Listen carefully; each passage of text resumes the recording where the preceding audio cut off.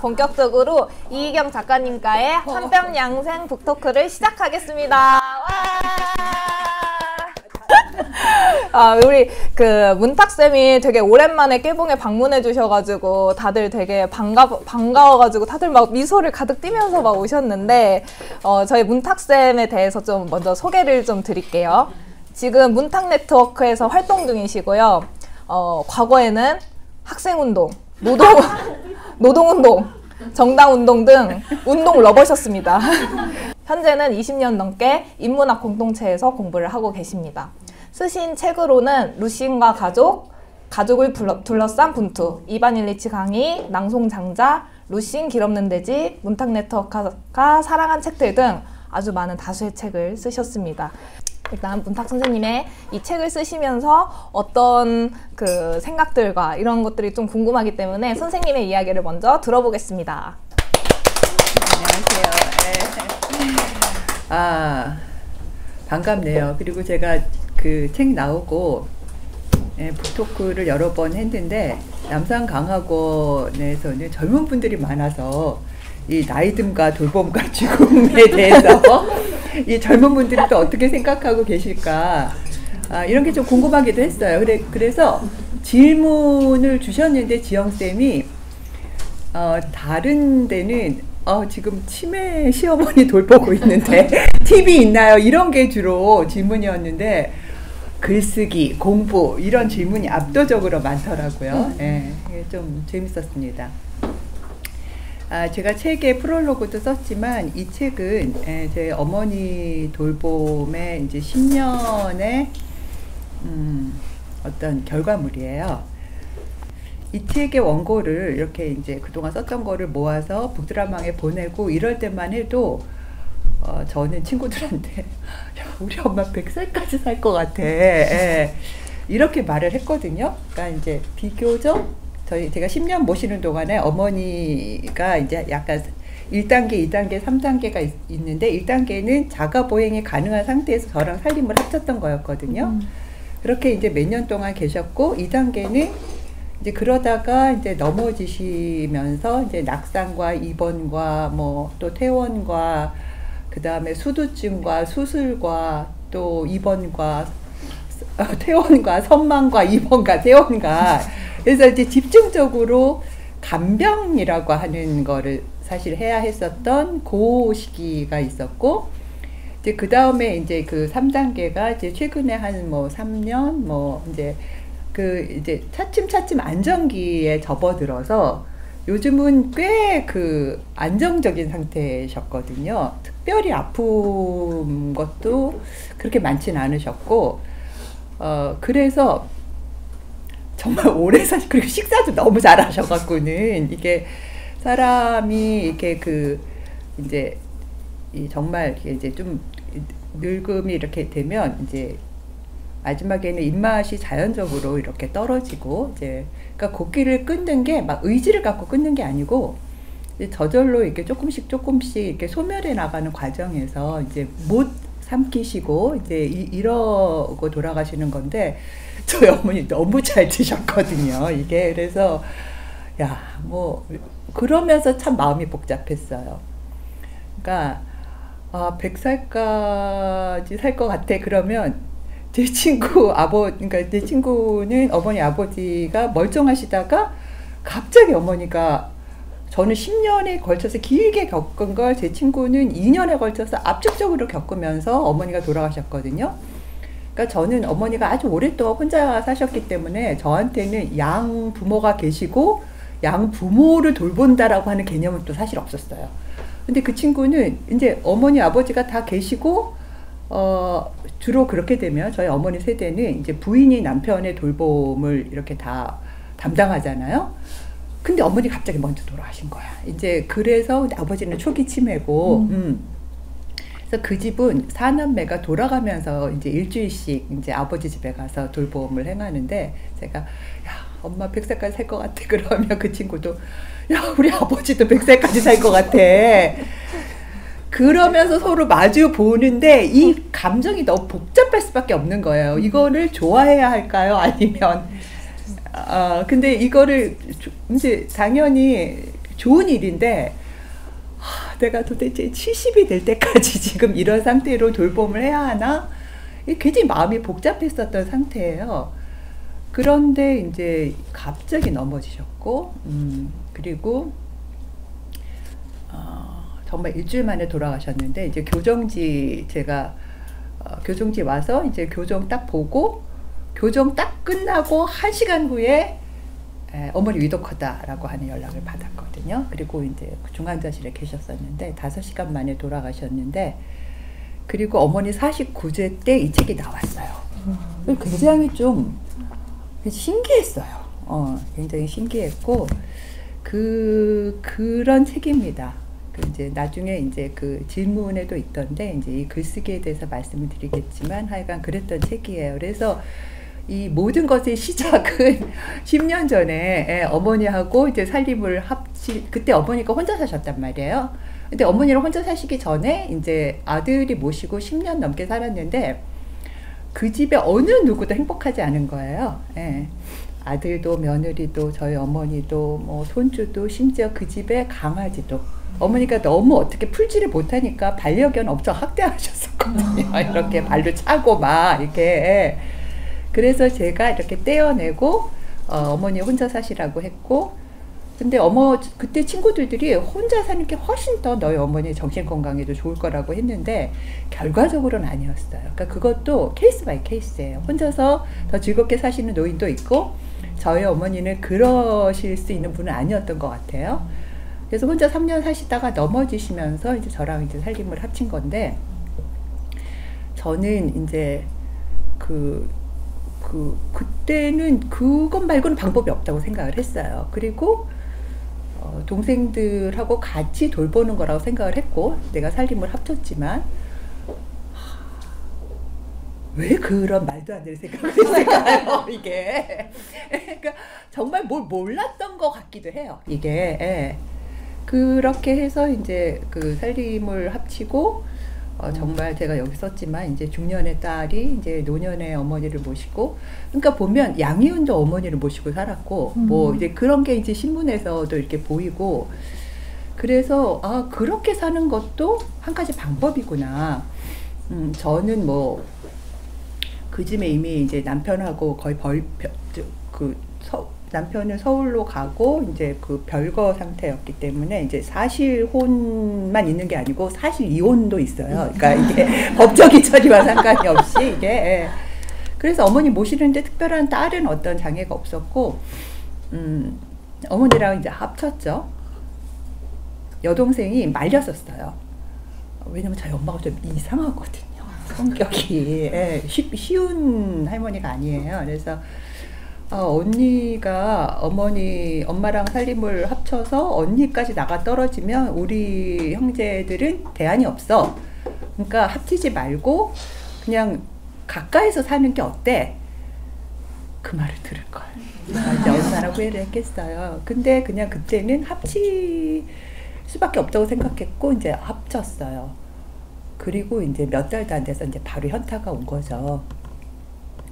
어머니가 그 수시로 뿜어내는 그런 어떤 그 부정적인 기운, 이게 그러니까 옆에 있으면 막 이렇게 검은 막 이렇게 기운이 와서 나를 덮치는 것 같은, 이게 그러니까 어떻게 사람이, 물론 논리적으로는 이해가 돼요. 어머니 살아왔던 삶의 맥락은. 하지만 이제 현실적으로는 이제 자기 연민, 한탄, 그리고 이제 이게 조금만 넘어가면 이제 모든 타인에 대한 원망, 막 이제 이런 거였고, 그런데 이제 혼자서 심심하니까 거의 그냥 스토커처럼 이제 제가 집에 들어가면 이제 제 주변을 빙빙 돌면서 이제 아마 말걸기겠죠. 저도 뭐 그렇게 단어를 쓸 수 있어요. 하지만 내 입장에서는 한시도 쉬지 않는 잔소리. 이제 그런 게 너무 힘들면서, 엄마처럼 늙지 말아야지. 그게 저의 첫 번째 질문이었어요. 엄마처럼 늙지 말아야지. 그러니까 저희 집에 이런 화이트보드가 있는데 맨날 쓰는 거야. 엄마처럼 늙지 말아야지. 엄마는 왜 저럴까? 뭐 나는 아이 키울 때는 힘들었지만 즐거웠는데 왜 엄마를 돌볼 때는 힘들기만 하고 즐겁지 않을까? 그러니까 이런 질문들이 하루에도 수십 개씩 막 생겨나는 거예요. 그러다가 이 어머니가 이제 그 자기 부정을 하는 건 어떤 자기에 대한 자아 이상이 있기 때문에 그것으로부터 멀어지는 자기에 대한 부정이거든요. 그러니까 아픈 것, 아니 나는 엄마 늙으면 다 아픈 거야 이렇게 말하시면 어머니는 네가 늙어봤어? 뭐 네가 아파봤어? 뭐 이런 거죠. 아프지 않은 어떤 몸의 상태, 심지어 자기 배 나온 것에 대해서도 왜 이렇게 배가 나오는지 모르겠다고 80 먹은 할머니가 어떻게 하면 좋아요? 이제 뭐 그런 거라거나 그런 과정에서 어머니한테의 삶은 어떤 일종의 자아 이상 같은 것을 기준으로 해서 그거로부터 자기가 점점 멀어지고 있다라고 하는 것, 뭐 이제 육체적인 손상이든 뭐 어떤 심리적인 어떤 뭐 관계의 문제든 이런 것이 이제 자기 부정으로 오는구나. 그러면 어떻게 보면 이제 나는 이게 우리 엄마가 너무 성격이 이상해서 그렇다고 이제 주로 생각했는데, 제가 나중에 저희 어머니가 이제 정신과 오래 다니셨는데 정신과 의사한테 너무 힘들 때 가서 물어봤어요. 이게 노인의 일반적 특징입니까? 우리 엄마의 특별한 성격입니까? 그러면 의사는 두 개가 섞였을 거예요. 이렇게 이야기, 뭐 나도 할 수 있는 이야기를 이렇게 하는데, 우리 사회의 어떤 이제 정상성에 대한 이제 그런 규범, 그런 어떤 명령, 이런 것 때문에 우리 엄마도 저렇게 생각하게 됐구나, 이런 생각을 많이 하게 됐어요. 우리 사회의 이제 아주 규범이라고 하는 게 이제 우리가 뭐 건강 이데올로기라거나 뭐 이제 이렇게 이야기할 수 있는 거잖아요. 이제 건강해야 한다라고 하는 명령. 그리고 그 이제 의료 신화라고 이야기하죠. 그러니까 건강해지려면 어떻게 해야 돼요? 병원하고 가까워야 돼요. 그러니까 예전에 많은 분들이 이제 막 직장 생활하고 힘드니까 다 은퇴하면 시골에 가서 살아야지 이렇게 생각하시거든요. 그리고 실제 여유가 있으신 분은 뭐 땅도 사놓고, 요즘은 뭐 전국이 다 이제 비싸지만, 근데 진짜 막상 은퇴하면 다 그 땅 팔아요. 그리고 이 젊은이들은 새로운 정보들인가 병원 가까이 살아야 된다고 다 다시 도시로 오신단 말이에요. 최근에 실버스테이라고 이제 뭐 하여간 뭐 그런 것들이 막 이렇게 새로 생겨나는데, 노인 주거와 관련하여, 그러니까 이제 지금 노인 주거가 양극화되어서 비싼 실버타운하고 이제 정말 등급을 받아야 가는 요양원하고 나뉘어져 있는데, 소위 지금 베이비 부머라고 하는 세대 1차 베이비 부머가 은퇴하면서 엄청 이제 그 나이 듦과 고령화에 대한 뭐 기사들이 정말 너무너무 많이 쏟아지는데, 그 중에 하나가 이제 노인 주거인데, 이게 양극화되어서 중산층 노인들이 가서 살 데가 없다는 거예요. 그래서 실버 아파트, 뭐 실버 스테이, 뭐 하여간 이제 이런 종류의, 그러니까 실버 타운보다는 덜 비싸지만 이제 그 비슷한 거인 거죠. 공동 그 주방 같은 게 있어서 이제 가서 이제 밥 같은 거 혼자 안 해 먹어도 되고, 그 다음에 그 안에 이제 다양한 커뮤니티 같은 게 있어서 이제 이용하고, 그리고 원스톱으로 병원으로 가는 거예요. 이게. 그래서 심지어 어떤 실버스테이는 이렇게 이제 그 아파트에서 나오면 바로 병원까지 이렇게 연결이 되는, 이제 그러면 프리미어 레지던트, 뭐 레지던스 뭐 이런 게 말도 못하니까, 그만큼 건강해지기 위해서는 병원하고 가까워야 한다. 더 고급의 더 편리한 의료 서비스를 받아야 한다. 이게 한 패키지잖아요.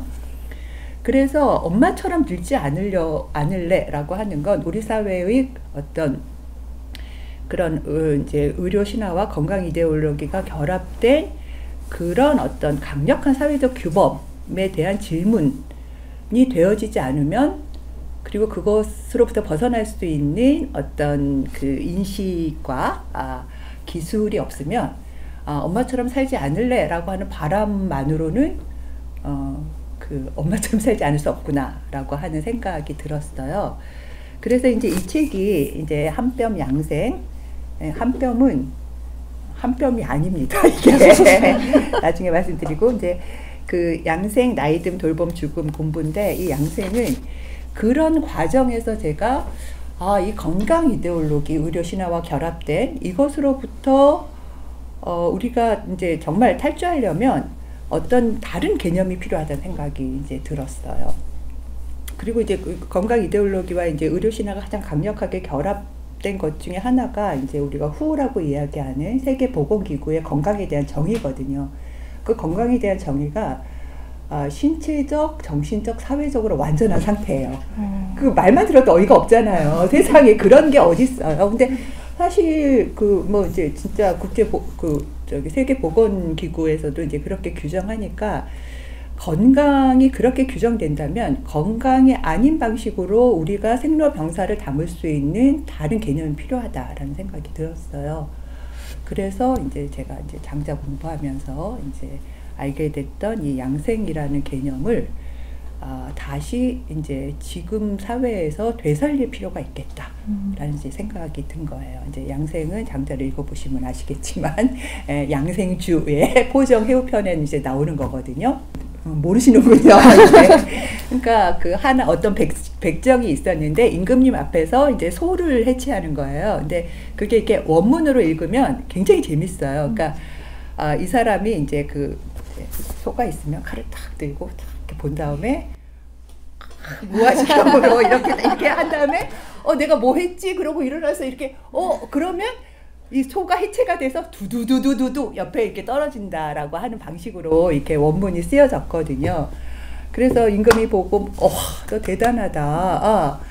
너는 엄청난 기술을 가졌구나. 그랬더니 이 백정이 이것은 기술이 아니라 도입니다. 이렇게 이야기를 하는 거예요. 거기 이제 천리와 인욕이라고 할 때 천리에 따라야지.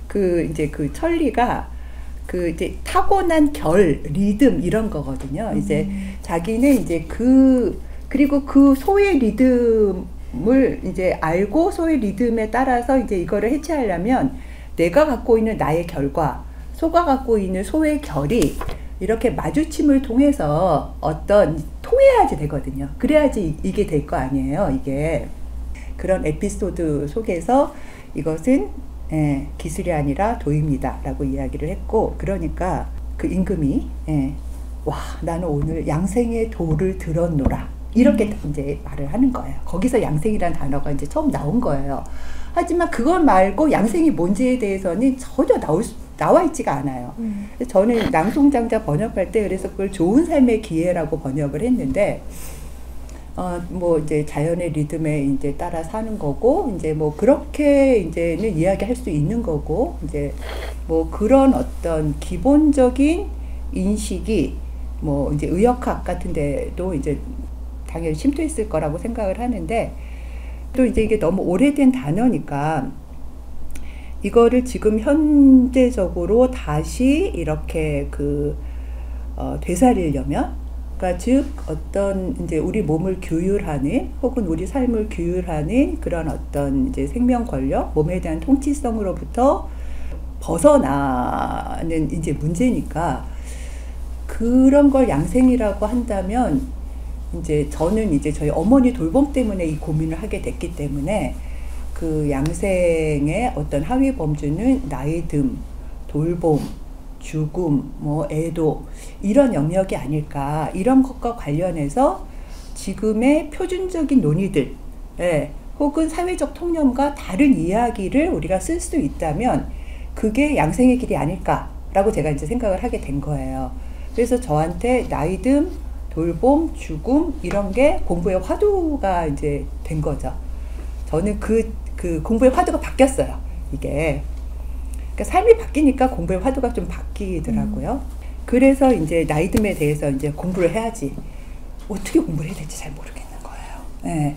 나이듦, 왜냐하면 우리나라에서 이제 노년 혹은 노인학이라고 하는 건 원래 그거는 오랫동안 서구도 마찬가지인데 그 노인 복지학 이런 거 들어보셨죠? 그러니까 복지학의 영역이었고, 이제 노인과 관련되는 복지의 대상이고, 이것도 보편 복지가 아니고 자녀적 복지라고 해서 자기 힘으로, 그러니까 이제 그 주로 이제 돈이 없거나 아니면 신체적 장애가 있어서 스스로 이제 자기 삶을 꾸려나가지 못하는 사람들에게 정부가 이걸 자녀적 복지라고 이야기하잖아요. 도와주는 것. 시혜의 대상 같은 거죠. 이게 은혜 혹은 이제 국가가 이제 세금으로 국민의 세금으로 이제 돌봐주는 거예요. 그래서 이제 닥치는 대로 제가 나이듦과 관련된 이제 뭐 나이듦과 자기서사 이런 프로그램을 만들어서 닥치는 대로 이제 공부를 하기 시작을 했어요. 그거를 통해서 제가 이제 몇 가지 이제 알게 된 거예요. 그 중에 하나가 나이듦이라고 하는, 그러니까 생물학적인 나이라고 하는 건 사실 별로 의미가 없구나.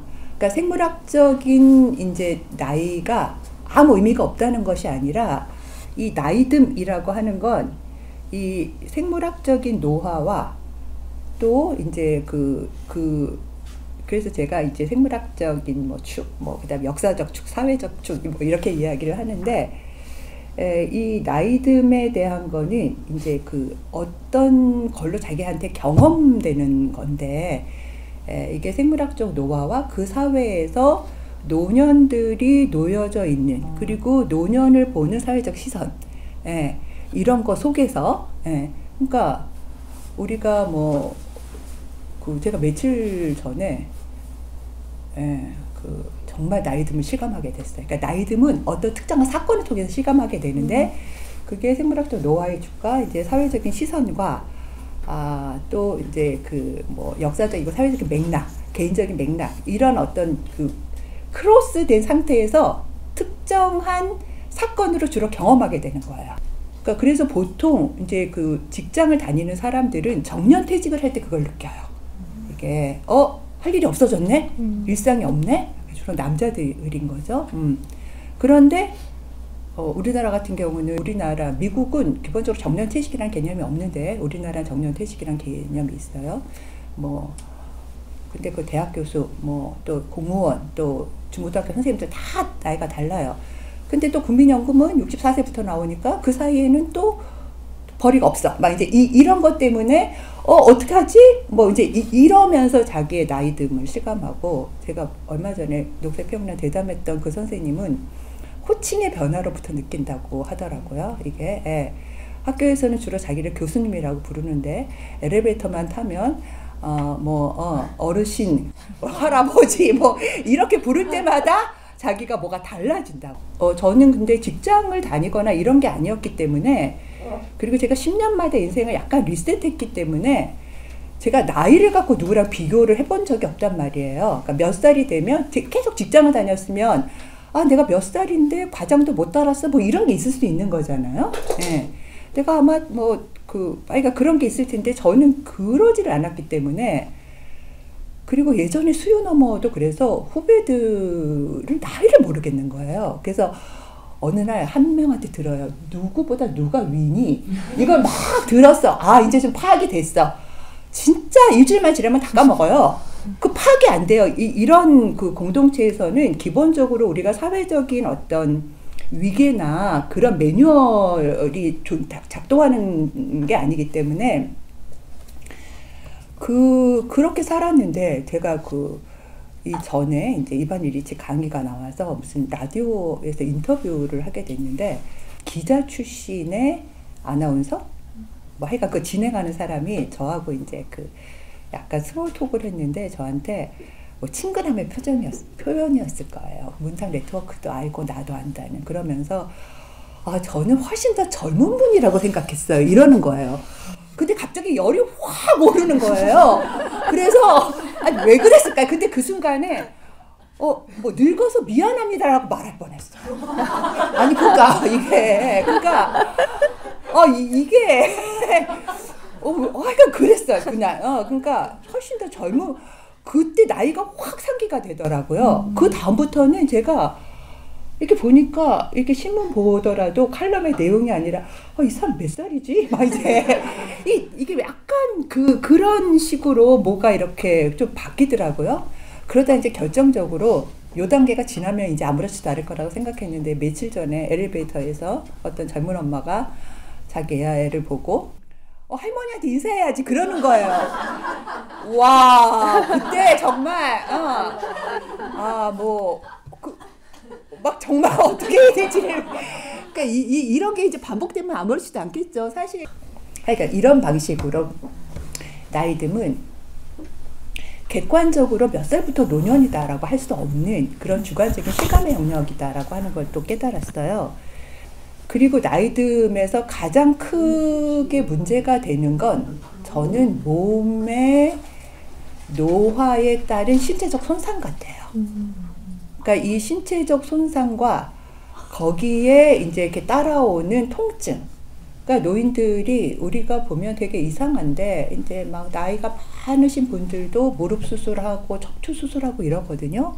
고관절 뭐 부러지면. 근데 이게 엄청나게 재활을 해야지 이제 되는 건데 재활도 쉽지 않은 건데 그래서 뭐 우리 엄마 무릎 수술 하신대 그러면 우리가 이제 또 나이가 많은데 왜 이렇게 수술을 하시려고 할까? 아파서 하는 거야. 아파서. 너무 통증이 심하니까. 통증이 심하면 너무 이제 일상의 삶의 질이 떨어지니까. 그래서 이게 노화, 이 나이듦에 대해서 고민할 때 첫 번째가 이 신체적인 이제 손상과 관련된 어떤 문제이구나 라는 생각이 들었어요. 그래서 이게 자꾸 아프니까 자꾸 이제 아까처럼 병원을 가는 거예요. 제가 이거 써봤어요. 이제 그래서 이제 노년이 의료화된 노년이 되는 거거든요. 노년의 삶이라는 건 이제 진짜 의료화된 노년이에요. 아주 병원에서 살아야 돼요. 저희 어머니가 10년 동안에 허리 2번 부러졌고 수두증 션트 수술하셨고 선만 크게 2번 왔고 입원 7군데에 7번 하셨고 단인과가 척추센터, 관절센터, 순환기내과, 폐센터, 내분비내과, 비뇨기과, 치과, 일반외과, 정신과, 안과, 이비인후과. 그거를 내가 다 모시고 다녔어요. 어머니도 지겨워해요. 그런데 또 제가 병원에를 안 모시고 가면 섭섭해해요. 이게. 예. 그러니까 엄마 이제 뭐 다음 주에 뭐 폐센터 가시는 날이에요. 그러면 또 막 한바탕 뭐 언제까지 병원에 다녀야 되니 막 그러시는데 어디가 아프다고 하는데 내가 그래 엄마? 뭐 이제 그러면서 뭐 파스로 사다가 하면 이제 마음에 안 드는 거야. 병원을 가고 싶은 거예요, 이게. 근데 본인이 가고 싶으면 안 모시고 갈 방법이 없어요. 저희 어머니 이제 처음엔 자가보용 하셨는데 이제 나중에는 휠체어 자가보용이 안 되셨단 말이에요. 휠체어 타시는 분을 진짜 정말 너무 힘들어요. 병원에 모시고 가는 것 자체가. 그런데 이게 사실 이 노화라고 하는 게 질병일까요? 그러니까 이게 되게 구별하기 어려운 거잖아요. 이제 몸이 똑같을 수 없잖아요. 몸은 자꾸 가는데 그래서 이게 질병이라고 이야기하기가 되게 어려운데 현실적으로 이건 좀 제도적인 문제인데 우리나라는 1차 의료기관이 거의 없고 1차 의료기관은 전부 다 피한성 정제형으로 지금 완전히 도배가 되어 있잖아요. 또 모르시는 눈치구나. 네, 피부과, 안과, 성형외과, 피한성, 정제형, 정형외과, 재활의학과, 그러니까 이게 종합병원은 제가 어머니 분당서울대병원처럼 모시고 다녔는데 집에서 가까워서 이 상급병원이잖아요. 종합병원이고 이거 급성기 질환이 가는 거거든요.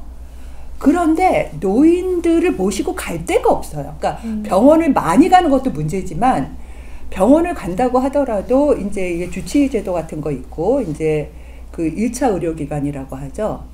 그리고 이제 이게 동네에 내과라거나 가정의학과라거나 저가 어렸을 때만 해도 있었거든요. 제가 아이 키울 때만 해도 소아과라고 하는 게 단골 소아과 같은 게 있어요. 그러면 그냥 쫙 아는 거야, 맥락을. 이게 제가 어머니랑 같이 살면서 알게 된 게 제일 처음에 어머니랑 살고 어머니가 이제 그 치골 무슨 이제 부러져 갖고는 퇴원했다가 이제 입원했다가 퇴원하면서 그때부터 제가 병원을 모시고 다녔는데 그 이유는 그 병원에서 제일 처음에 어머니가 넘어지셨을 때 왜 넘어지셨는지를 물어봤는데 우리 엄마가 대답을 못했기 때문이거든요. 그러니까 넘어진 게 중요한 게 아니라 뼈는 부러지면 붙는데 정신을 잠깐 잃은 건지 미끄러진 건지 이제 이런 게 되게 의사들은 중요하게 생각을 하더라고요. 근데 어머니가 모른대요. 그러니까 그래서 제가 이제 의심했던 게 빈뇨란 말이에요. 소변 보는 것에 대한 강박이 있어갖고는 그래서 밤에 자주 깨갖고는 소변을 봐야 돼서 문제인가? 그래서 제일 처음에 비뇨기과를 모시고 갔는데 하여간 블라블라 얘기가 깁니다. 이 병원도 술래기는. 근데 그때 제가 알게 된 개념 중에 하나, 제가 이제 머릿속에 떠오른 개념 중에 하나가 진단과 판단 사이라고 하는 개념이었어요. 그러니까 진단은 의사가 하는 게 맞아요.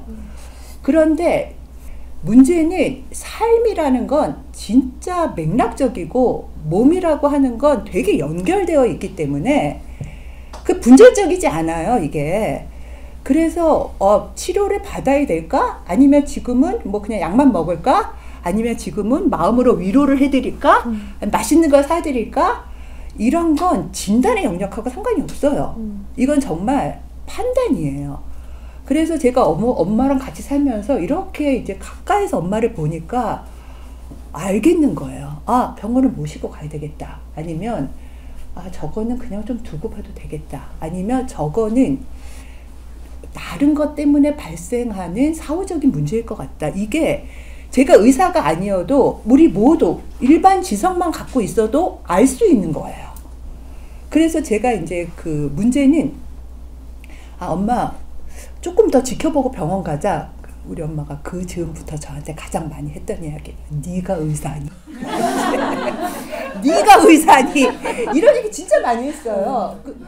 그러니까 어머니를 돌볼 때는 사실 이제 뭐 어쨌거나 그거를 강제로 어머니를 설득시킬 수는 없으니까, 하지만 몸에 대한 이해를 할 때 가장 중요한 거는, 그러니까 병원으로부터 무조건 멀어지거나 아니면 뭐 무조건 가서 최인류의 뭐 의사를 만나야 되겠다거나, 이거 둘 다 의미가 없어요. 진짜 판단 능력이 있어야 돼요. 그러려면 자기 몸에 대해서 이해를 해야 되고, 자기 몸에서 나타나는 증세에 대해서 판단할 수 있어야 돼요. 이게 왜 그런가? 이게 그러면 이게 몸에 대한 이해와 몸에 대해서 훨씬 더 주목해야 하고, 몸과 이제 몸에 대한 자기 몸에 대한 자기 협상 능력 같은 게 있어야 돼요. 그런 게 없으면 이게 이제 이제 늙어가면 진짜 여기저기 안 아픈 데 없어요거든요. 이제 그런 상태에서도 자기가 이제 휘둘리지 않고 일상을 유지하면서, 그러면서도 이제 서글프긴 하죠. 생물학적 노화를 받아들이면서 삶의 통찰로 이 취약성의 문제를 더 큰 어떤 새로운 역량의 문제로 변화시킬 수 있는 거예요. 그렇지 않으면 뭐 계속해서 이제 자기 부정하거나 아니면 계속해서 이제 그 병원을 쫓아다니거나 이제 이렇게 되어야 하는 문제죠. 개인적으로 이제 그런 거를 판단할 수 있는 내공이 좀 있어야 되는 거예요. 몸에 대한 이해를 포함하여. 그리고 이제 또 한 가지는 이제 사회적인 개혁이 필요해요. 사실 지금처럼 이게 노인들, 그러니까 이게 지금 국민건강재정도 사실 그래서 문제인 거거든요, 이게. 왜냐하면 고령화 사회에서 노인들은 병원을 자꾸 가게 되면 건강보험재정 파탄이 나죠, 이게. 그러면 젊은이들은 밉죠, 노인들이, 이게. 그리고 노인들은 자기네들이 사는 게 누군가에게, 젊은 세대에게 이렇게 부담이 된다라고 하면 또 얼마나 서글프겠어요. 저희 그 엑스-시어머니는 정말 그런 얘기 많이 하셨어요. 이렇게 오래 살아갖고는, 병원 다녀갖고는, 왜냐하면 계속 떠드니까. 이게 노인들이 많고 고령화 사회고 건강보험이 재정이 파탄난다고 하니까 내가 사회에 똥덩어리고 짐이 되는 걸 세상에 어떤 인간이 그거를 자아 존중감을 갖겠어요. 그러니까 너무너무 그게 이제 싫은 거죠. 하지만 어떡해요. 그러니까 죽었으면 좋겠는데 왜 죽어지지도 않니? 이런 이야기를 하는 거예요. 이게 누구의 잘못인가요? 그래서 이거는 어떤 점에서는 진짜 의료개혁이 필요해요. 근데 안 될 것 같아요, 우리 사회는. 그리고 제가 그 칼럼을 썼을 때 진짜 주목을 받고 엄청나게 댓글과 막 이런 게 딱 2번 있었는데, 그 한 번이 그 다음날 신문에 나기 전에 인터넷판에서부터 어마어마하게 악플이 달린 게, 제가 나도 주치의가 됐으면 좋겠다라는 글이었어요. 바로 이 이야기였거든요. 그래서 그렇게 동네에 이제 좀 믿을 만한 의사가 있으면, 그게 꼭 병원이 아니어도 돼요. 저가 친구들하고 하는 약국 같은 것도 이제 127 약국이라거나 뭐 의료 생협이라거나 이런 것도 다 되고, 그냥 동네 내과나 소아과도 마찬가지예요. 그런 게 있으면 우리는 이제 노화는 이제 급성기 질병이 아니기 때문에 이제 그리고 이게 저희 종합병원 가려면 누군가 이렇게 데리고 가야 돼요. 그리고 방문 의료, 우리나라 방문 의료 안 되거든요. 노인들은 집으로 누가 와야 돼요. 그리고 처음에 한 번만 의사가 오고 다음부터는 간호사들이 와서 주사도 놔주고 혈액도 채취하고 이러면 되거든요. 근데 이게 다 지금 우리나라 안 되어 있어요. 그러니까 간호사를 파견하면 간호사가 의료행위를 한다.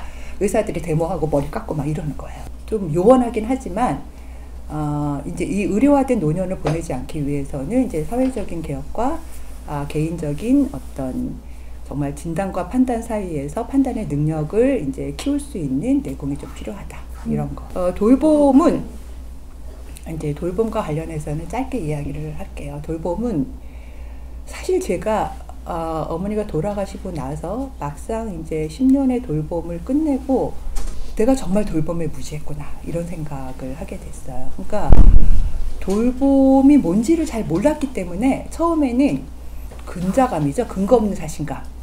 나는 어머니를 모실 수 있을 거야. 내 남동생은 실패했지만 그리고 나랑 살면 엄마의 노년의 삶의 질이 얼마나 좋아질지 내가 보여주겠어. 말도 안 되는 이런. 네. 지금 계속 나 욕하고 있죠? 곰쌤이.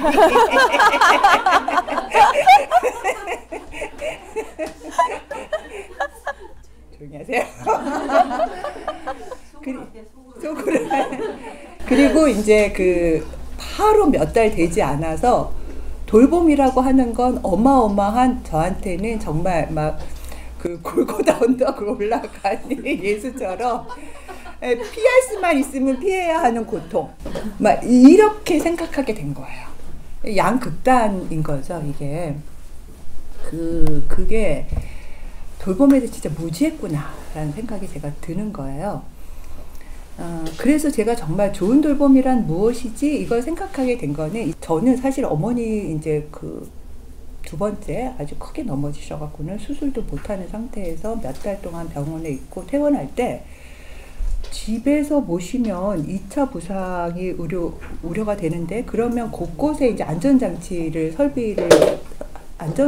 같은 거를 설치를 해야 하는데 저는 그때만 해도 우리나라의 장기 요양보험제도라고 하는 게 있는지도 몰랐고 2008년도에 장기 요양보험제도라고 노인 돌봄의 제도가 만들어졌거든요. 그리고 이거는 그야말로 획기적인 거예요.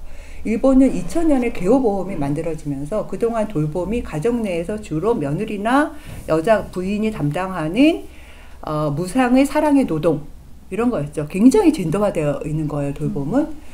여기에서 이제 그래서 아주 오랫동안 페미니스트들은 이 재생산 노동이라고 하는 이 살림에 대한 영역을 어떻게 사회화할 것인가 이게 정말 중요한 화두였거든요. 그거를 일본 2000년에 이제 특히 고령자 돌봄과 관련해서는 이제 개호보험이라는 걸 만들어서 일종의 사회화를 한 거죠.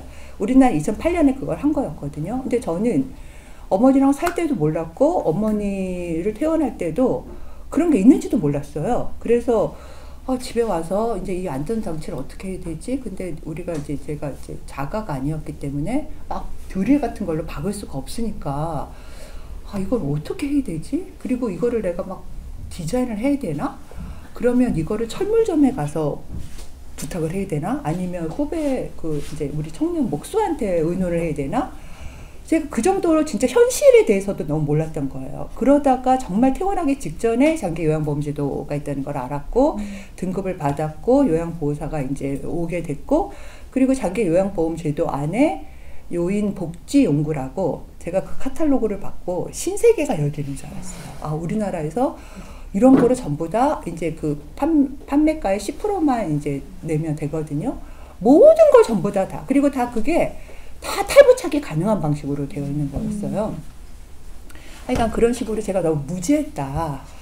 그러니까 현실의 제도나 정책에 대해서도 너무 몰랐고 그리고 이게 누군가를 돌본다라고 하는 게 꼭 고령자 돌봄뿐만은 아니에요. 뭐 장애인 돌봄이라거나 뭐 아이 돌봄이라거나 뭐 자기 돌봄 질문을 했지만 누군가와 이제 우리가 상호 의존적인 관계로 살아야 한다라고 할 때 그것이 의미하는 것이 무엇인지 이거는 사실은 존재론과 관련해서도 엄청난 어떤 탐구가 되어야 하는 거고 실제로도 구체적인 기술들이 필요한 거거든요. 이런 것에 대해서 나는 정말 모르는 상태에서 그냥 엄마랑 같이 살았구나. 정말 어머니가 어디 부러져갖고 넘어져서 자기가 이걸 간병을 해야 할 때부터 고민을 하게 되는 거예요. 그러니까 사실 이게 자기 문제로 닥치지 않으면 사실상 잘 모르더라고요.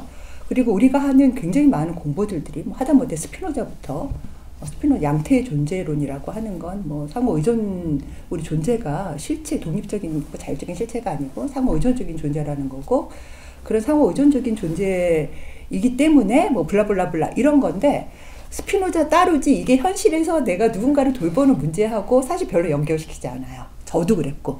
예.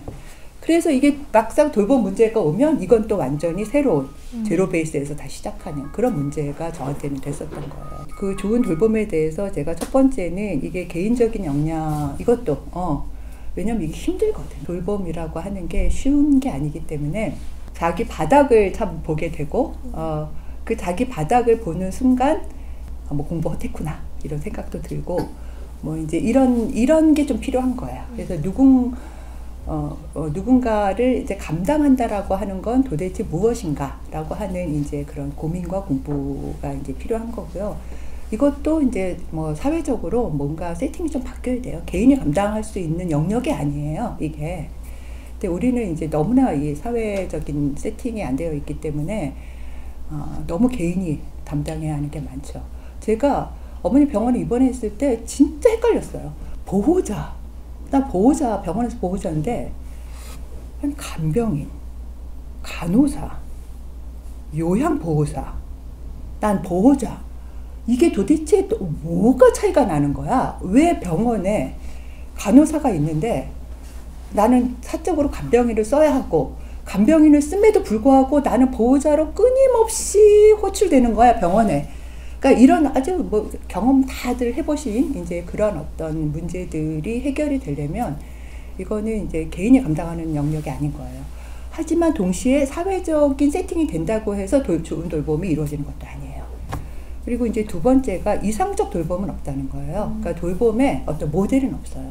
집에서 돌보는 게 좋아요? 시설로 모시는 게 좋아요? 답이 없어요. 다 케이스 바이 케이스예요. 그래서 이제 정말 이때도 이제 좀 판단력이 필요한 거고, 이제 친구들과 의논하고 이제 뭐 이런 어떤 과정이 필요한 거죠. 그래서 좋은 돌봄에 대한 어떤 강박에 빠질 필요는 없어요. 어떻게 하는 게 좋은 돌봄이다 이런 게 없고요. 세 번째가 돌봄을 이제 받는 것도 능력이 필요한 거예요. 이게 저도 이제 어머니 돌아가셨으니까 이제 점점 누군가의 돌봄을 받는 이제 몸이 될 텐데, 저희 어머니는 돌봄을 받는 능력도 진짜 없으셨어요. 예. 그리고 이제 이 돌봄을 받는 능력, 그러니까 나의 엉덩이를 누군가에게 맡길 준비가 되어 있는가, 뭐 하여간 이런 걸 포함하여, 나는 이거는 장애판에서 굉장히 많은 노하우와 경험이 축적되어 있어요. 제가 이제 그 장애 여성 공감이라고 이제 장애 여성들이 이제 어쩌다 이상한 몸 이제 그 쓴 글들을 보면, 거기는 이제 장애 활동 보조인을 이제 사회적으로 우리 요양보호사 하듯이 해주는데 도움을 시켜줄 거 아니에요. 그럼 구석구석 시켜야 되잖아. 이게 그럴 때 이제 그런 정말 이제 음부까지를 포함하여 정말 예민하거나 이제 이런 부분까지를 포함하여 누군가의 손에 맡길 때. 이제 이게 처음에는 되게 낯설었는데 그 다음에 뭐가 어떻게 이제 바뀌고 이제 이런 경험치들이 장판에는 좀 많더라고요. 그래서 제가 고령자 돌봄과 관련된 우에노 치치코 최근에 이제 돌봄의 사회학이라고 하는 900페이지 되는 책 정도 있었는데, 거기를 봐도 돌봄을 받는 능력과 관련해서는 일본도 마찬가지인가 봐요. 이 장애인의 경험으로부터 굉장히 많이 배워야 한다. 뭐 이런 이야기가 있더라고요. 그래서 개인적 영역과 사회적 경쟁이 같이 가야 된다. 이상적 돌봄은 없다. 돌봄을 받는 데도 능력이 필요하다. 이 정도로 저는 돌봄을 정리를 했습니다. 일단 제 얘기는 여기까지. 네. 네. 감사합니다. 들으면서 너무 재밌다라고 하면서 그런데 너무 이게 빠져들더라고요, 이야기가. 왜냐면 이게 결국에 지금 당장은 아니더라도 결국 나에게 올 문제이고, 누군가는 지금 여기서 겪고 계신 문제이고, 그렇기 때문에 더 뭔가 저희가 집중해서 들을 수 있었던 것 같아요. 문탁쌤한테 궁금했던 걸 같이 질문하면 될 것 같아요. 그래서 제가 먼저 또 궁금했던 것들이 있었는데, 선생님께서 어떤 다른 노년에 대해서 고민을 하시면서 지금도 아마 하고 계신 나이듦 연구소에서 네네네. 또 이렇게 만들어서 하고 계시더라고요. 근데 거기에 슬로건이 다른 노년의 발명이라고 되어 있어요. 그래서 뭔가 다른 노년의 발견, 뭐 다른 노년의 뭐 탐구 이런 것도 아니고 발명이라는 그 문구가 좀 되게 인상 깊었거든요. 그래서 이런 슬로건에 선생님의 어떤 포부 이런 게 담겨 있는지도 궁금하고 거기서 뭔가 코하우징 이런 것도 선생님이 고민을 많이 하고 계신 것 같더라고요. 그런 거에 대해서 지금도 어떻게 생각하고 계시는지 궁금합니다. 그 노년이 우리가 노인 혐오 이렇게 뭐 틀딱딱 뭐 이제 이런 걸로 이제 표현되듯이 노 키즈 존이 아니고 노 시니어 존 뭐 이런 것도 굉장히 늘어나고 있잖아요. 그리고 아까 자녀적 복지의 대상 이랬기 때문에 그러니까 이게 이제 그 근대 사회가 생명 권력이라고 하는 건데 이제 푸코를 공부하신 분들은 아시겠지만 그러면 이제 우리가 이제 하나의 인구로 종으로 이렇게 이제 권력에 의해서 파악이 되는 거잖아요. 그 인구로 파악이 된다라고 하는 건 이제 그 이게 통째의 인구가 아니고 그 인구 안에 분절이 도입이 되는데 그래서 이제 이 근대 사회는 이제 그 생산과 이제 그 성장을 해야 하는 이제 사회니까 생산적 인구가 제일 중요한 거예요. 그 생산적 인구가 중요하기 때문에 건강한 몸이 중요한 거예요. 어떻게 보면 이게 막 에너지를 막 낼 수 있는 이게 그러면 생산적 인구가 아닌 근데 어린아이들은 미래의 노동자야. 그러니까 사회가 키워야 돼. 돈을 들여서라도. 그래서 생산적 인구가 돼야 되는데 이제 노년은 비생산적 인구잖아요, 이게. 그러니까 비생산적 인구라고 하는 건 그냥 이게 사회의 부담이에요. 이제 노년이라고 하는 게 일종의 이제 잉여 인간이 되고 사회적 부담이 돼서 그 사회적으로 시선이 사실은 긍정적일 수가 없는 거죠. 그러니까 예전에는 산업사회가 아닐 때 그래서 고대 사회에서는 뭐 서양도 그랬고 동양도 그랬고 약간 점층법으로 이렇게 나이를 먹을수록 지혜가 축적이 돼서 이제 뭐 하나의 어떤 완숙한 경지에 이르는 거고 키케로 같은 그 스토아파 같은 경우도 뭐 노년으로 달려가다. 이게 그 노년이라고 하는 게 어떤 이념으로서의 노년이라고 하긴 하는데 그 삶의 지혜가 응축된 어떤 거라고요. 그러면 당연히 사회적으로도 비평가를 받을 수밖에 없는 거죠. 그런데 이제 우리 사회에서는 이제 근대는 그런 게 하나도 없기 때문에 아주 이게 이제 잉여 집단이고 이제 사회적으로 정말 먹여 살려야 하지만 가치를 생산하지 않는 집단 이제 이렇게 여겨진 거예요. 그런데 그래서 이제 그 노인 혐오가 일어날 수밖에 없는 거죠. 근데 최근에 상황이 바뀌었어요. 최근에 베이비붐 세대라는 호명이 엄청 많아요. 1차 베이비붐 세대, 2차 베이비붐 세대. 그게 뭐냐면 이게 이제 55년생서부터 64년생까지인가 그런데 1차 베이비붐 세대가 이 사람들이 60이 된 거예요. 정년을 한다는 거예요. 그러고 나서 이제 그러면 어떻게 해야지? 이제 이게 그 엄청나게 그 사회적으로 기사가 많이 나오고 베이비 붐 세대라는 표현도 너무 많이 나와요. 저희가 이제 나이듦 연구소에서 월간 나이듦이라고 한 달 동안에 이제 이런 양생과 관련해서 나오는 나이듦 죽음 돌봄 애도만 이런 기사들을 스크랩을 해서 재편집판을 내거든요. 이게 근데 그래서 그걸 보면 이제 그 약간 추이를 알 수가 있어요. 일단 노년에 대한 기사가 압도적으로 늘고 있고요. 그리고 그 중에 이제 하나가 이 베이비붐 세대에 대해서 주목을 하는데 그러면서 이제 이 베이비붐 세대에서 이제 용어들이 바뀌는 거예요. 그래서 5070 소비 권력. 그러니까 돈이 많다는 거야. 그러니까 이 세대가 자산을 형성한 상태로 노년에 접어드는 첫 세대인 거예요. 그러면 그렇게 돼서 이제 액티브 시니어, 뉴 그레이는 주로 패션 쪽에 뉴 그레이, 액티브 시니어는 뭔가 활동을 하자라고 하는 거, 신노년, 선배 시민 이렇게 이제 용어가 달라져요. 이게 용어가 달라지고 그래서 기업들도 시니어 시프트가 안 되면 앞으로 부가가치를 생산하지 못할 거라는 거예요. 상조 회사에서 지금은 장래를 파는 게 아니에요. 노년과 그 중년부터 노년까지 라이프 스타일 전체를 팔아요. 이게 예. 상조 회사에서 크루즈 뭐 이런 거 이제 이렇게 하고 그런 식으로 뭐가 굉장히 많이 바뀌었고 이제 기저귀 시장도 어린이 기저귀보다 노인 기저귀 시장이 뭐 이미 일본은 10년 전에 이미 다 넘어갔거든요. 요즘은 우리나라의 장난감 회사들도 전부 다 아이 장난감이 아니고 노인 장난감을 한대요. 그럼 노인 장난감을 뭐라 그러면서 팔겠어요?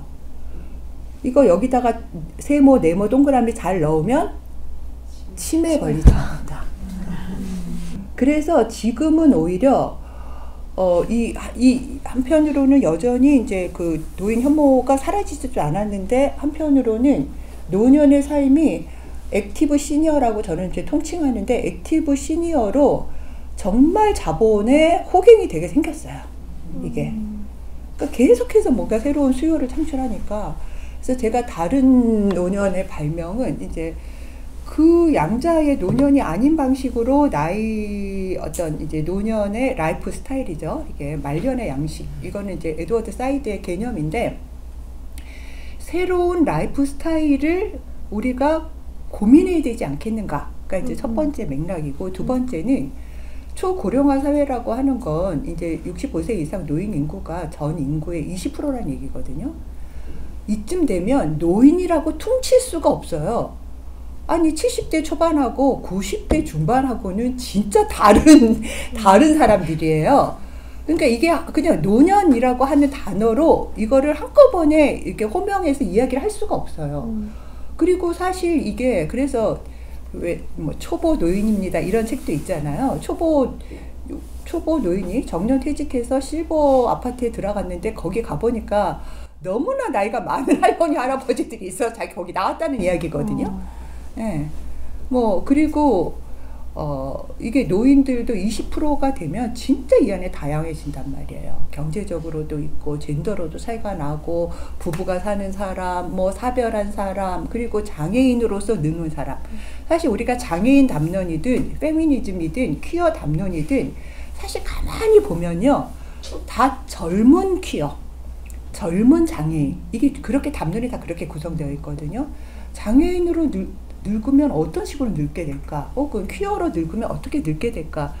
그래서 노년의 이 라이프 스타일은 사실 N개의 노년의 라이프 스타일이 되어야 한다는 거예요. 그래서 이 그 자녀적 복지의 대상으로서의 노인과 이 액티브 시니어로서 자본의 호갱이 되는 노년이 아닌 방식으로 우리는 어떻게 노년의 라이프 스타일에 대해서 그걸 창안해낼까? 이제 이런 문제의식. 그리고 이거는 아주 고유하다. 뭐 개별적으로 뭐 그런 게 아니고 정말 이제 그 맥락 속에서 이제 뭐 저처럼 여기는 저 같은 사람이 너무 많아갖고는 이제 독거 노인이라고 맨날 선생님이 얘기하시는데 하여간 이제 그렇지만 또 아닌 분들도 있으니까 그런 거예요. 그래서 저는 좀 생각하는 거죠. 모델이 아니라 케이스가 굉장히 많아져야 된다고 생각하고 그 케이스들이 이제 서로 이제 유통되어야 한다고 생각을 하거든요. 저는 뭐 제가 모리의 정원 굉장히 좋아해요. 예. 그래서 몇십 년 동안 문 밖에 안 나가고 작은 자기 집 정원에서 하루 종일 개미를 관찰하면서도 살 수 있지 않을까? 왜냐하면 사실 세계가 저희 어머니가 이제 저희 어머니는 성인병은 없었지만 황반 변성하고 귀가 안 들렸기 때문에 그렇게 되면 진짜 그 일상이 굉장히 축소가 된단 말이에요. 이게 잘 안 보이고 이게 잘 안 들리니까 그 소통할 수가 없게 되는 거예요. 그 어떤 장벽 때문에.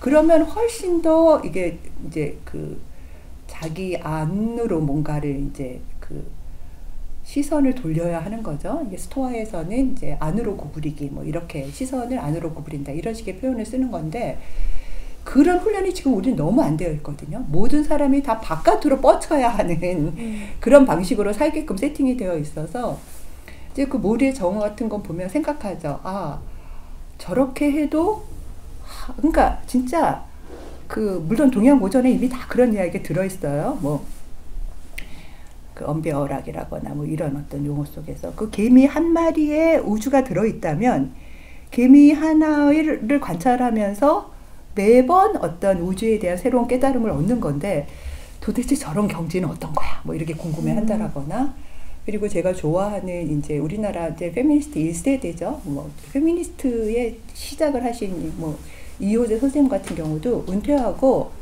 대부분의 그 이후에 이제 여성운동의 관계자들이 다 거버넌스를 하느라고 국회의원 되고 막 저기 뭐 무슨 저기 그 장관 되고 이랬는데 고향 진해에 내려가서 그 진해 기적의 도서관 뭐 그거랑 좀 관여하시고 그 도서관에 가서 계속 그 아이들 책 읽어주고 그러셨잖아요. 뭐 이제 그런 케이스 그리고 제가 이번에 이제 그 계엄 시국에도 그냥 조용필을 썼어요. 그 제가 그 이번 칼럼이 조용필 말년의 양식인데 조용필 75세거든요. 도대체 조용필은 75세인데 예, 어떻게 지금 저렇게 또 새로운 음반을 냈을까? 뭐 이제 약간 그런 것들 그런 것들을 탐구하는 과정 속에서 저는 이제 저의 노년이 발명되지 않을까 이런 생각을 하고 있습니다. 그러면 이제 선생님들께서도 궁금하신 게 많이 있으실 것 같아서 궁금하신 점 손 드시면은 마이크 드릴게요. 네, 그 한뼘이 이게 아니다 말씀해 주신다는데 아직 그게 왜 그러냐면요. 양생 이게 제가 이제 양생이 화두다 그러고 이제 문탁 네트워크에 이제 후배들하고 같이 이게 여기는 이제 나이듦 돌봄 죽음 이것만 있지만 질병까지를 포함해서 이거를 공부하는 팀을 짰어요. 그리고 이것의 거점으로 약국을 만들었어요.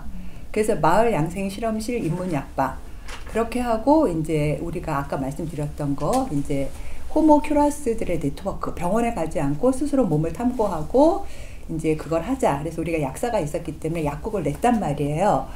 하지만 이제 양생에 관한 담론을 만들어야 된다고 저는 생각을 했기 때문에 동료들한테 그 칼럼의 형식의 글쓰기를 돌아가면서 해보자고 했어요. 우리가 각자 양생과 관련해서 자기가 생각하는 그 뭐라도 잡고 저는 휴식이었고 한 친구는 그 신우신염에 대한 어떤 진단을 받았기 때문에 그러니까 신장이 70대래요.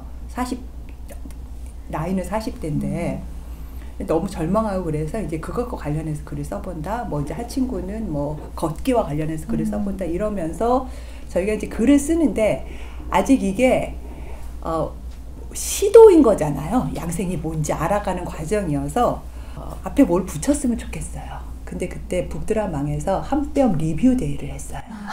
그래서 우리가 제가 북드라망 야 이 한뼘 갖다 쓰고 싶다. 왜냐면 우리가 자신이 없다는 거 아주 소소한 이야기를 하겠다 그런 의미였어요. 그래서 그때 우리가 이제 문탁의 그 글을 이제 4명이 돌아가면서 이제 글을 썼을 때 그 코너명이 한뼘 양생이었어요. 그리고 이게 이 책이 지금 3개 파트로 되어 있거든요.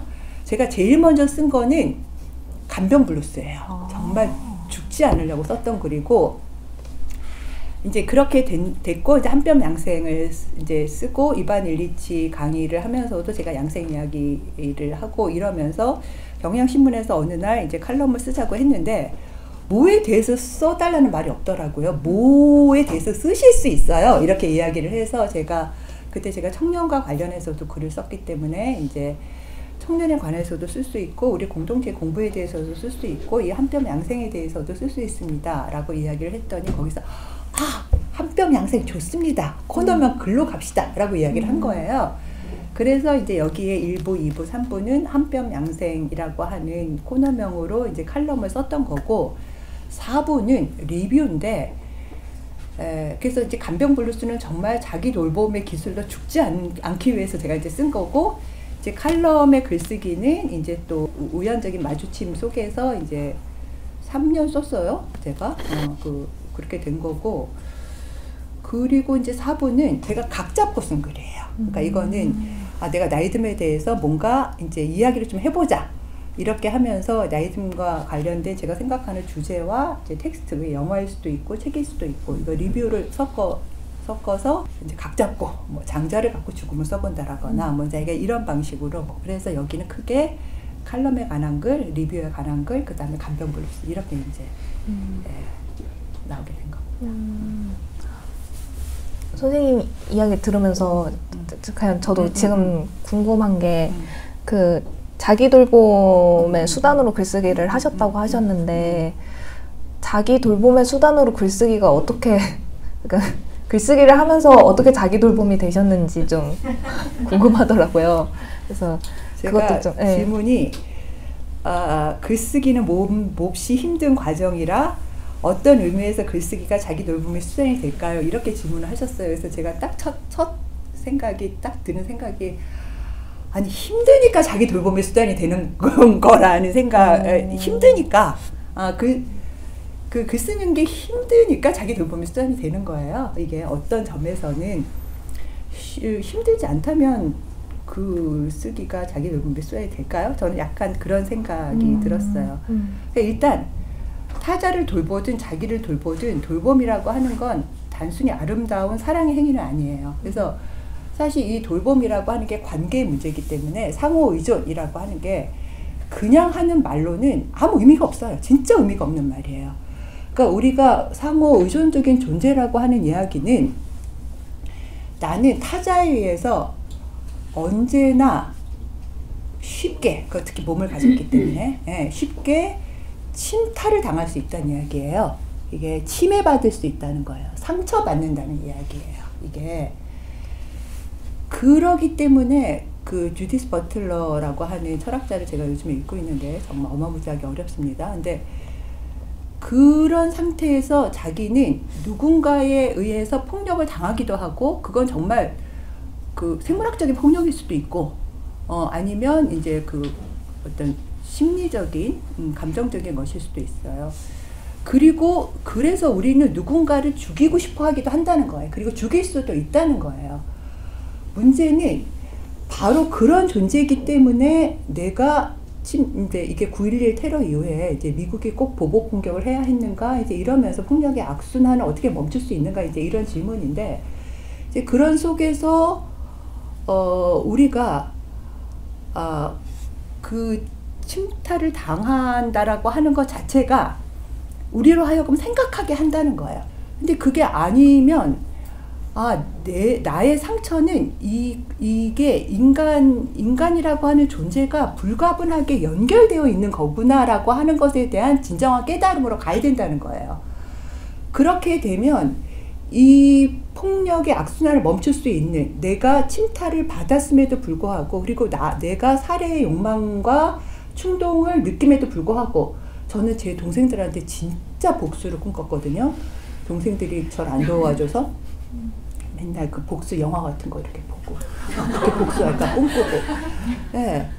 그런데 이제 하여간 그런 조건 속에서 내가 그걸 폭력의 방식으로 상대에게 다시 되돌리지 않으려면 어떻게 해야 하는가에 대해서 사유하게 된다는 거예요. 왜냐하면 내가 이제 이 상호 의존은 또 내가 좋아하는 사람만 상호 의존하는 게 아니거든요. 그러니까 우리는 누군가와 그리고 그 누군가 우리가 선택할 수 없다는 거예요. 이미 그냥 이 지상에서 세속적으로 산다는 것 자체가 내가 뭐 우리 엄마를 선택해서 태어난 건 아니잖아요. 선택할 수 없는 사람들과 이제 함께 살 수밖에 없는 조건 속에서 그런 어떤 폭력에 이제 내가 침탈 당하면서도 그거를 폭력으로 되갚지 않으려고 하는 그 순간에 사유가 시작이 되고 그 순간에 우리가 윤리적이고 정치적인 질문을 할 수 있다라고 이야기를 하고 있거든요. 그래서 저는 이게 이제 돌봄이라고 하는 게 아름답다라고 포장할 수 있는 게 전혀 아니에요. 그건 이데올로기예요. 네, 그래서 계속 여자들에게 이 아름다운 돌봄을 하라라고 하는 사회적 명령인 거죠. 그게 아니기 때문에 돌보는 과정에서 발생하는 어떤 자기 힘의 침해, 이게 이것을 계속 사유할 수밖에 없고, 근데 이게 엄청난 분노와 막 원망과 속상함과 그러니까 저희 엄마처럼 저도 아까 말씀드렸지만 입만 벌리면 엄마 욕을 했고 자꾸 하다 보니까 내가 너무 후져지는 거예요. 이게 그렇게 살 수는 없다라고 하는 것 속에서 이제 그 엄마에 대한 원망을 멈추고 글을 써야 되겠다고 제가 생각을 한 거거든요. 네. 글을 쓰면 글은 굉장히 논리적인 형식이잖아요. 이게 그리고 그 이제 이 감정에 대한 막 어떤 이제 올라오는 어떤 그런 그 이제 그 일시적인 파토스, 막 누구에 대한 원망, 이제 이런 거를 이렇게 글을 쓰려고 하면서 글을 쓰면서 이제 엄마에 대한 것도 다시 이제 그 맥락을, 엄마의 삶에 대한 맥락도 주게 되고, 동생들에 대해서도 이제 맥락을 주게 되고, 그 속에서 내가 어떻게 이 사람들과 관계를 맺어야 하는지에 대해서도 정리하게 되고, 뭘 그래도 그때는 이렇게 좀 풀리게진 것 같다. 하지만 조금 지나면 또 물론 속상해요. 그래도 이런 과정들을 쓰는 게 저한테는 좀 되게 필요했던 것 같아요. 그래서 제가 여기도 썼지만 걷기, 그 다음에 뭐 루신과 장자, 그리고 간병 블루스 쓰기, 이 시기가 없었으면 저는 그 몇 년 동안에 정말 어려웠던 시기를 통과하기 정말 어려웠을지도 모르겠다는 생각이 들어요. 책을 읽으면서 되게 와닿았던 부분은 선생님께서 나는 돌봄 노동에 적합하지 않은 사람인 것 같다 이러면서 어머니를 돌보면서 읽고 싶은 책을 생각나고 어머니를 돌보면서 쓰고 싶은 글이 생각나고 했던 부분은 읽으면서 되게 많이 저도 좀 울컥하기도 하고 그랬는데요. 되게 그런 시간들이 있었기 때문에 나온 책이라고 생각을 하는데 그동안의 그 사유와 경험과 그 통찰을 가진 지금 상태에서 만약에 그 10년 전에 그 다시 돌아가셔서 그 같은 순간을 맞이하신다면 같이 안 살죠. 어떻게 하실 건지 좀 궁금하기도 했어요. 이런 거였으면 같이 안 살았을 거예요. 같이 안 산 상태에서, 왜냐하면 제가 이 글의 마지막 글이 미니멈 케어였거든요. 돌봄이 지속 가능한 돌봄이 되려면 독박 돌봄의 형태로는 지속 가능한 돌봄이 될 수가 없어요. 이게 뭐 그 이제 그 상태가 되었을 때는 내가 그걸 감당해야 하니까 글도 쓰고 뭐 고민도 하고 뭐 또 내가 나를 돌보기 위해서 돌봄 휴가도 써보고 뭐 하여간 이런 여러 가지 시도를 한 거예요. 이게 살아야 하니까 이게. 그런데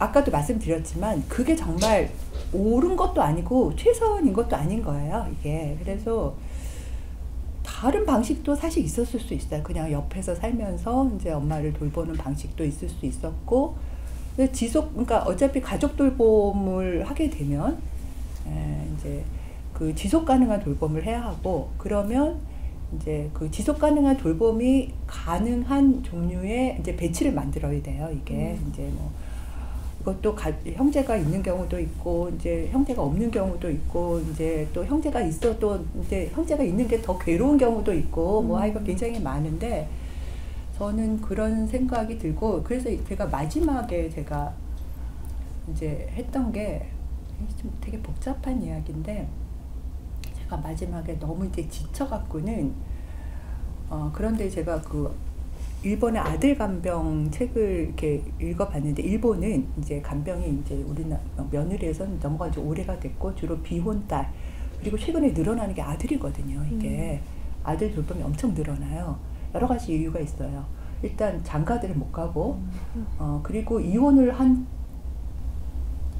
제가 주변에도 지금 벌써 2케이스인데, 남편이 돌아가셔서 저희 엄마 친구도 혼자 사셔. 근데 너무 즐겁게 사셔. 막 뭐 돌아다니시고. 근데 둘째 아들이 이혼해갖고는 들어오는 거야. 엄마를 돌본다라고 하는 이게. 그래서 나중에 누가 누구를 돌보는지 알 수가 없는데, 이게. 아들 돌봄, 일본의 아들 돌봄 책을 읽으면서 제가 거기에서 미니멈 케어라고 하는 단어를 제가 알게 됐어요. 그러니까 일본 아들 간병 갖고 쓰는데 아들의 간병은 주로 미니멈 케어라는 거예요. 이게. 물론 이것도 좋다 나쁘다라고 한마디로 할 수는 없어요. 이게. 그래서 그 미니멈 케어에 주로 여자 형제들이 계속 잔소리를 하는 거예요. 이게. 아들 돌봄을 할 때. 근데 저는 그 단어가 되게 신선했어요. 그래서 나는 어떻게 보면 최선을 다해야지와 진짜 존버라고 하죠. 하게 버텨. 이 두 양자에서 왔다 갔다 한 게 아닐까? 미니멈 케어라고 하는 것도 있지 않을까? 그렇게 하면서 이제 좀 그 전에는 제가 나는 도대체 아까 말씀드렸던 왜 나는 이렇게 책만 읽고 싶을까? 그 어머니가 그렇게 나를 정말 해바라기처럼 이렇게 보고 있는데 그냥 세미나 하나 더 한다고 생각하고 매주 목요일 2시부터 4시는 엄마하고 이렇게 대화를 할 수도 있는데 나는 왜 그게 그렇게 싫을까? 약간 그런 거였거든요. 그게 저한테 되게 괴로움이었어요. 그러다가 이제 그렇게 자꾸 생각하면 내가 지속 가능한 돌봄이 안 되겠구나. 그래서 나는 그냥 병원을 모시고 가고 아침에 일어나서 이제 엄마랑 체조 막 했는데 그건 말고는 엄마가 좀 섭섭해도 어쩔 수 없다. 막 약간 이런 것. 예. 그런 생각을 했어요. 그래서 미니멈 케어로 제가 이제 이렇게 약간 모두 전환을 했고 그래야 이제 오래 간다 이렇게 생각을 했는데 그 이후에 어머니가 이제 그런 얘기 저한테 많이 하셨어요. 그러니까 제가 자꾸 이제 이렇게 탁탁 이제 좀 끊으니까 이제 말투 때문에 그랬을 수도 있는데 너 자꾸 왜 요즘 나한테 이래? 예, 이제 그런 식의 표현을 되게 많이 하셨어요. 신경질을 내라거나, 넌 도대체 요즘 나한테 왜 그러니? 막 어머니는 그런 저의 약간의 태도 변화도, 그러니까 하루 종일 하는 거 하나도 없잖아요. 저희 어머니는 눈도 안 보이고 귀도 안 들려서 이제 텔레비도 못 보시고 맨날 뽁뽁이만 했거든요. 가만히 하루 종일 의자에 1인용 소파에 앉아갖고는 뽁뽁이 아시죠? 에어캡이라고 하는 거. 그거를 하루 종일 이게 뽁뽁이로 누르고 계셨단 말이에요. 엄청나게 반환경적으로 살았어요, 우리가. 그래도 제가 이제 별로 안 흔들렸어요.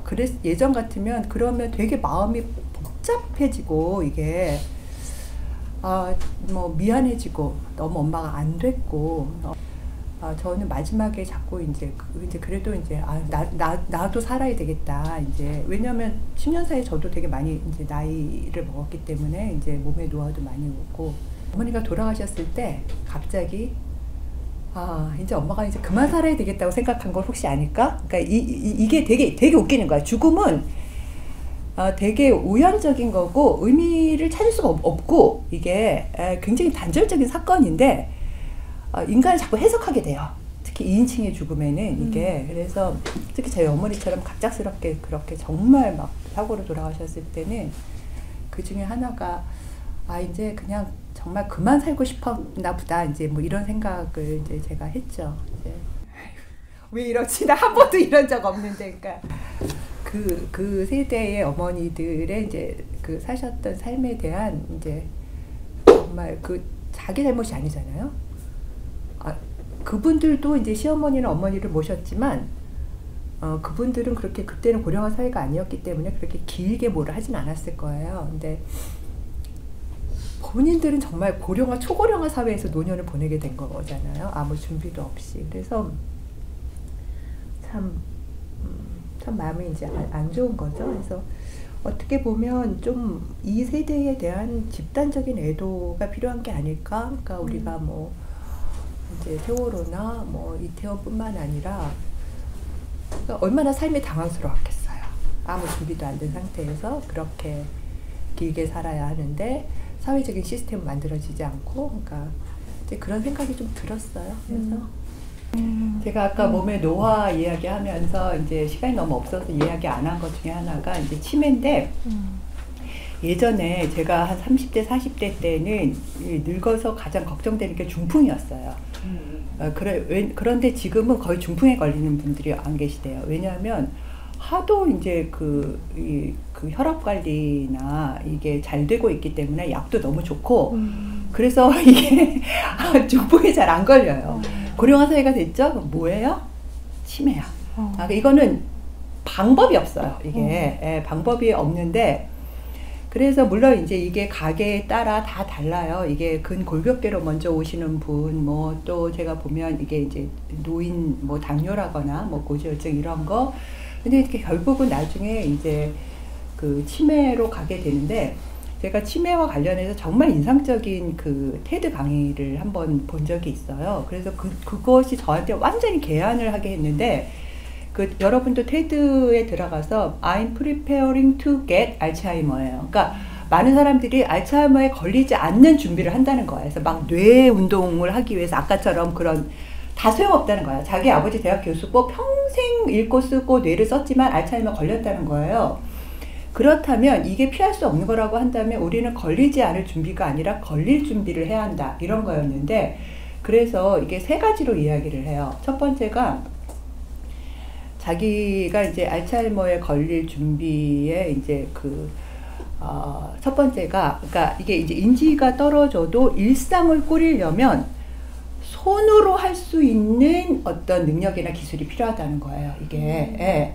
왜냐면 일상을 보내야 하는데 이게 잃어버려도 몸에서 이렇게 체득된 어떤 걸로는 한다는 거예요. 이게 무슨 바느질을 한다라거나 그래서 전 절망했어요. 제가 손으로 할 줄 아는 게 별로 없기 때문에. 두 번째가 이게 보통 알츠하이머가 뇌와 관련된 인지의 문제라고 생각하지만 실제로 피지컬의 문제이기도 하다는 거예요. 그래서 왜 우리가 이제 약간 다르긴 하지만 파킨슨 걸리면 균형을 잘 못 잡잖아요. 이게 걸음걸이가 불안정해지고. 그러니까 그렇다는 거예요. 그래서 이게 기억을 잃는 것뿐만 아니라 그렇게 해서 몸의 균형을 못 잡은 상태에서 넘어지거나 이런 방식 때문에 또 이제 뭔가가 악화된다는 거예요. 그래서 할 수 있으면 이제 몸의 균형을 잡을 수 있는 어떤 훈련이 필요하다. 자기는 요가와 태극권을 한대요. 저는 이거는 환호를 했어요. 네, 제가 하고 있는 거니까. 그리고 세 번째가 자기 아버지가 언어 능력도 잃고 이제 기억도 다 잃고 다 잃어버렸다는 거예요. 자기가 딸인데 자기도 못 알아본다는 거예요. 그런데 손주 자기를 돌보는 거기 간병인 모든 사람에게 굉장히 친절하다는 거예요. 그래서 자기는 지금 고민 선생님은 선한 마음이라고 이야기를 했지만 자기는 정말 그런 마음을 가진 인간이 되도록 노력을 해야 하겠다. 그게 알츠하이머에 걸릴 준비의 가장 중요한 준비다. 그렇게 하면, 그러니까 다 언어 능력도 다 잃어버리고, 기억도 잃어버리고, 못 알아봐도 주변과 맺는 모든 관계에 굉장히 친절할 수 있다. 이런 이야기를 하더라고요. 그래서 저는 알츠하이머에 안 걸릴 준비가 아니고, 알츠하이머에 걸릴 준비라고 하는 발상의 전환이 정말 되게 인상적이었어요. 근데 또 이제 우리가 어떻게 이제 그런 마음을 가졌을 때 사실 이제 인지가 이제 다 사라진 이후에도, 기억이 사라진 이후에도 이제 삶을 살 수가 있는 거죠. 그 상태로. 네. 시간이 다 되었는데 이 책이 되게 늙는 거랑 병들고 돌보는 거에 대한 많은 생각을 하게 만들어주는 것 같아요. 그리고 이런 이야기장이 되게 아직은 많지 않은데 오늘 이렇게 이야기를 막 듣고 선생님들이랑 나눠보니까 이런 이야기의 장이 진짜 필요하다 이런 생각도 정말 많이 들고 너무 좋았습니다. 그래서 저희는 오늘 북토크는 여기까지 마치고요. 오늘 애써주신 선생님께 박수. 감사합니다.